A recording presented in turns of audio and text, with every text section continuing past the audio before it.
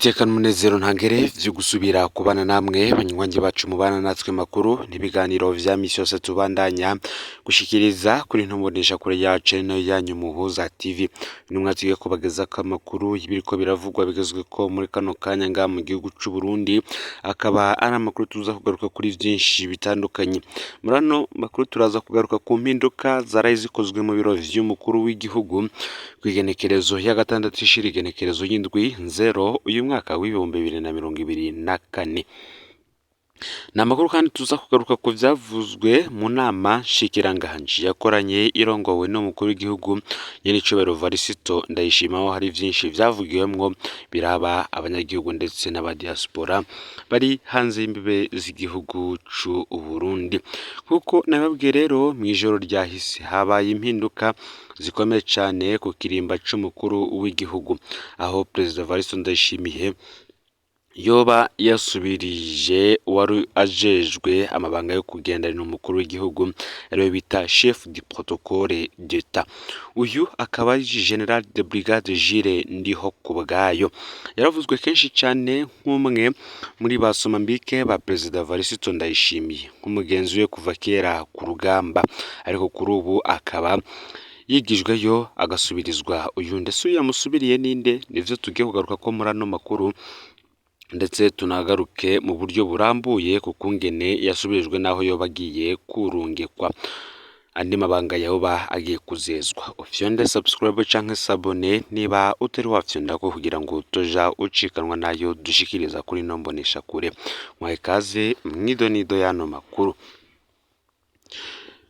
Nkuko biri mu itegeko ry'umukuru w'igihugu nimero 100 bare ubusa rimwe no kwigenekerezo ya gatandatu 0 umwaka w'ibihumbi 2024, Joseph Ndayisenga niwe yarayagenywe n'umukuru w'igihugu Evariste Ndayishimiye mu mabanga yo kugendanira umukuru w'igihugu chef du protocole d'etat.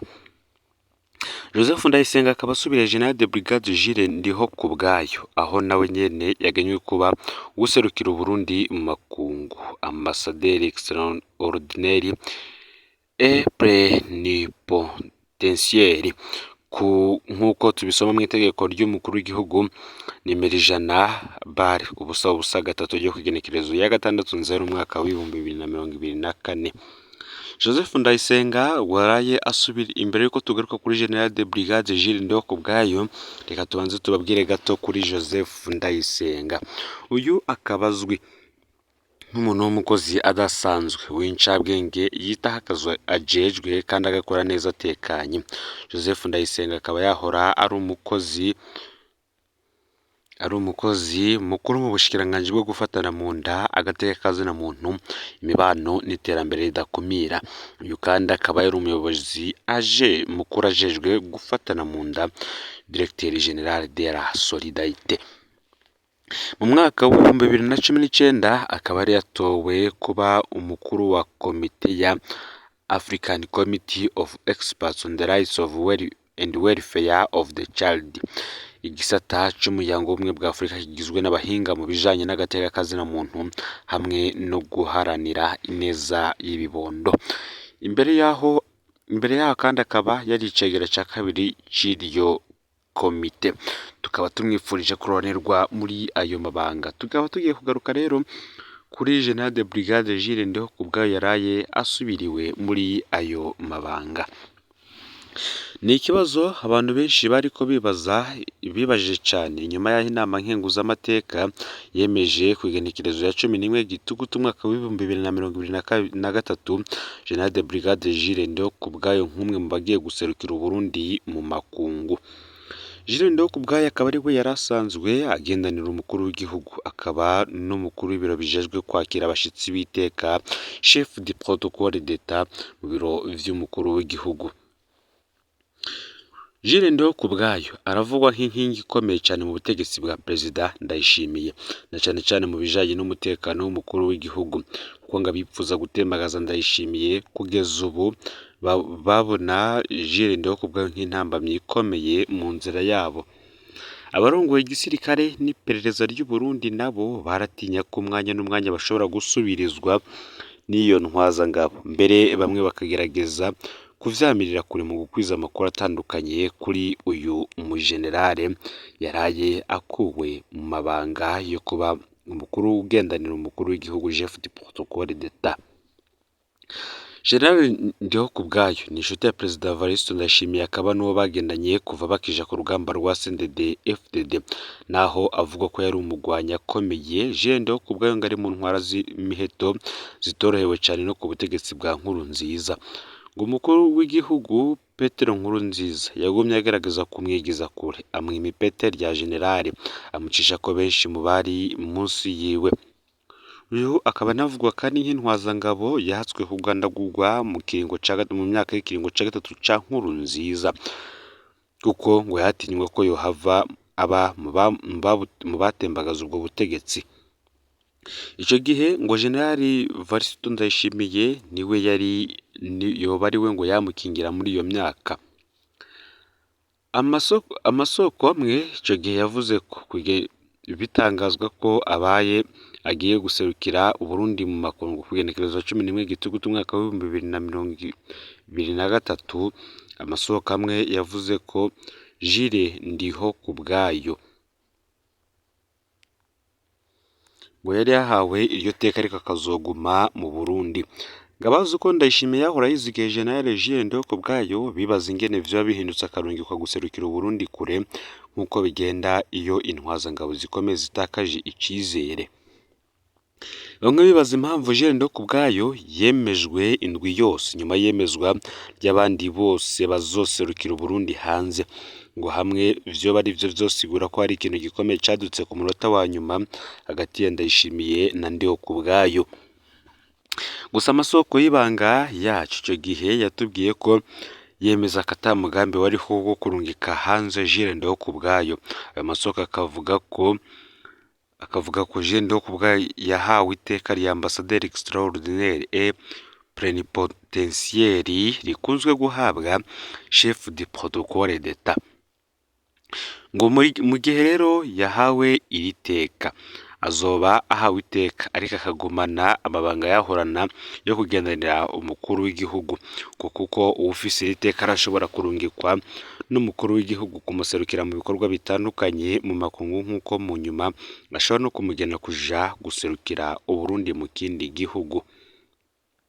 Ivyo aya masoko yavuze bibaye ari vyo, ngo Perezida Ndayishimiye yashatse ngo biri mu nzira yuko yashatse no guhumuriza abafise ubwoba ko bashobora gukurwa mu mwanya uwo ari wo wose bagasubizwa na Jules Ndihokubwayo. Ngibi rero ivyaraye bibaye, Jules Ndihokubwayo akaba yaraye asubirijwe Joseph Ndayisenga kuba ugendanira umukuru w'igihugu. Mu yandi makuru kandi reka tubabwire yuko kuri ubu ngubu mu gihugu c'u Burundi leta itegekanya kongereza urugero rw'amafaranga ava mu nkino zo kurushanya umugisha gutigira, nayo ishirahamwe rijejwe gukurikirana ivyerekeye ibitoro kuva kwirangurwa gushika no kwidandazwa ryavyo ngo rikaba rigiye gushirwako. Ibi akaba ari bimwe mu vyashikirijwe mu nama shikiranganji yakoranye ku igenekerezo ya 3/0 uyu mwaka mu bijanye no kwegeranya amafaranga ava mu nkino zo gutigira. Leta yipfuza kugira amasezerano y'imyaka 5 itazongerwa n'ishirahamwe N Soft and B Digital Control, kazotangura gushirwa mu ngiro inyuma y'amezi 3 atewe ko umukono n'izo mpande zibiri. Ngamahera azotozwa azoba ari ku rugero rw'ibice 10% vyayo abakinyi bashizwemo, ibice 10% vy'abakinyi bungutse n'ibice 5% vy'ayo mashirahamwe akora muri ico gisata c'inkino zo kurushanya umugisha yinjije. Nayo kandi kubijanye n'ishirwaho ry'ishiramwe rijejwe ivy'ibitoro ni mu ntumbero yaryo ngo akaba ari uko igihugu gishobora no kuronka kigega c'intega bizoza muri ico gisata. Mu gushikiriza iyo nteguro y'itegeko rijanye n'iryo shirahamwe, hamenyeshejwe ko kimwe mu bituma haheze igihe igihugu gifise ingorane ijanye no kuronka igitoro kikaba ari uko ata gisata ca leta gihari gikurikirana neza ingene ico gitoro cinjira mu gihugu. Nayo ngo kandi amashirahamwe y'abigenga akorera muri ico gisata c'ibitoro akaba adafise uburyo bukwiye, agategerezwa kwitura banki nkuru y'igihugu ngo yaronse uburyo. ngo ikibabaje nuko amashirahamwe mwamwe adaheza ngo akoresha amahera mvamakungu yose yaronkejwe ngo azane ico gitoro, bigatuma haguma hibonekeza ikena ryaco ngo naho hari ingingo nyinshi zafashwe na leta kugira ngo inagurwa ryaco rikurikiranwe neza, ingorane ngo ntizahavuye. Abagize leta y'u Burundi bakaba kandi barasavye ko hotegekanywa umutahe w'iryo shirahamwe mu mafaranga y'amarundi, ndetse hagatomorwa ko iryo shirahamwe rijejwe gukurikirana ivyerekeye ibitoro kuva kwirangurwa gushika no kwidandazwa ryavyo. Hambavu y'ivyo ngo hakwiye kandi gusubirwamwo urutonde rw'abagize urwego nshingwantwaro nko mu gushiramwo uwuserukira abaranguzi b'igitoro. Mu bijanye naho iryo shirahamwe rikura uburyo ngo hakwiye gutomorwa yuko rizokoresha umutahe wa leta gusa. Ivyo biruko mu gihe umushikiranganji mu vyajejwe harimo ubudandaji yaheruka kumenyesha ko bimwe mu bituma hama ikibazo c'ibitoro ari uko hari ibura ry'amafaranga mvamakungu yo kukirangura hanze y'imbibe z'igihugu c'u Burundi. Ibi rero akaba ari ivyaganiriwe ko mu nama shikiranganje yakoranye kw'igenekerezo ya 3/0 uyu mwaka w'2023, ikaba ari inama rirongowe n'umukuru w'igihugu nyiricubahiro Varisito Ndayishimiye. Aya rero niyo makuru yaragezwe ko muri kano kanya. Ufyonde subscribe canke sabone niba utari wafyonda ko kugira ngo toje ucikanwa nayo dushikiriza. Usangize kandi ano makuru bagenzawe kugira ngo nabo batoje bacikanwa nayo biriko biravugwa bigizwe ko ngaha mu gihugu c'u Burundi, hanze y'imbezi igihugu c'u Burundi ndetse no mu makungu ya kure. N'Umuhuza TV, Imana ibahezagire mu bikorwa vyanyu vya misi yose muriko murakora.